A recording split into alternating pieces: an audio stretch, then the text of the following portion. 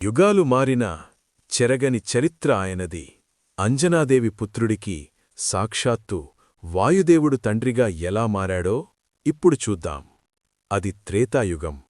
అడవిలోని ప్రశాంతమైన వాతావరణంలో అంజనాదేవి అనే వానరకాంత శివునికోసం ఘోర తపస్సు చేస్తోంది. తనకు శివాంశ సంభూతుడైన కుమారుడు కలగాలని ఆమె కోరిక. సరిగ్గా అదే సమయంలో అయోధ్యలో దశరథ మహారాజు చేసిన యాగ పాయసంలో కొంత భాగాన్ని ఒక పక్షి తన్నుకుపోయింది. కాని అది కేవలం దైవసంకల్పం మాత్రమే కాదు. అక్కడ వాయుదేవుడి ప్రవేశం జరిగింది.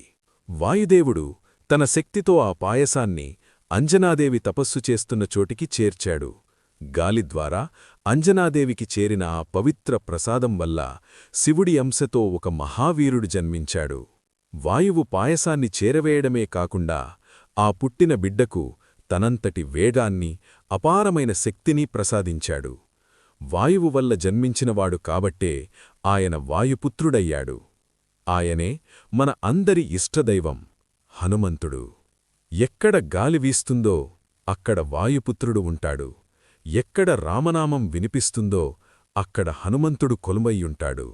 జై బజరంగబలి.